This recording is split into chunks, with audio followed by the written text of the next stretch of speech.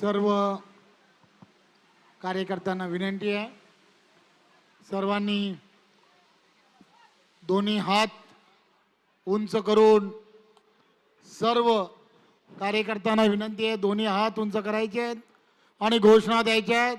बोलो भारत माता की, भारत माता की, भारत माता की. वंदे वंदे वंदे भारतीय जनता पार्टीचा विजय असो.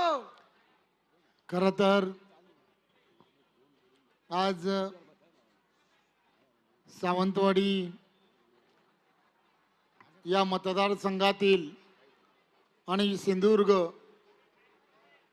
वासियांचं भारतीय जनता पार्टीच्या जिल्हाध्यक्ष आदरणीय प्रभाकर सावंतजी, आदरणीय श्वेताताई, व्यासपीठावरील सर्व मान्यवर आणि खऱ्या अर्थाने ज्यांनी हा कार्यक्रम या ठिकाणी आयोजित केला, मला वाटतं की 6 महिने निवडणुकीच्या अगोदर पासून या रुग्णवाहिका यांचं उद्घाटन हे तुमच्या हस्तेच करावं असा आग्रह धरणारे भारतीय जनता पार्टीवरती आणि भारतीय जनता पार्टीच्या कार्यकर्त्यांना सर्वांना सोबत घेऊन जाण्याचा प्रयत्न करणारे असे आदरणीय विशाल परब आणि त्यांचं संपूर्ण कुटुंब, या सर्वांचं भारतीय जनता पार्टीचा एक सेवाभावी वृत्तीने काम करणारा असा कार्यकर्ता म्हणून आणि त्या पावलावरती त्याच पद्धतीने या शहरातील या तरुणाने जे पाऊल उचललं त्याबद्दल मी भारतीय जनता पार्टी महाराष्ट्र प्रदेशाच्या वतीने त्यांचं मनपूर्वक धन्यवाद देतो. आदरणीय पंतप्रधान नरेंद्र मोदीजींनी त्यांच्या वाढदिवसाच्या निमित्ताने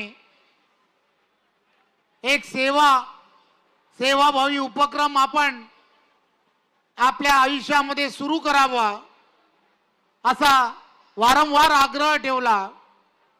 आज या जिल्ह्यामध्ये रुग्णवाहिकांच्या लोकार्पण सोहळ्याच्या निमित्ताने विशाल परब आणि त्यांच्या सर्व टीमने 6 रुग्णवाहिका आणि त्यांचा खऱ्या अर्थाने लोकार्पण सोहळा केल्याबद्दल मी त्यांचं मनपूर्वक धन्यवाद देतो.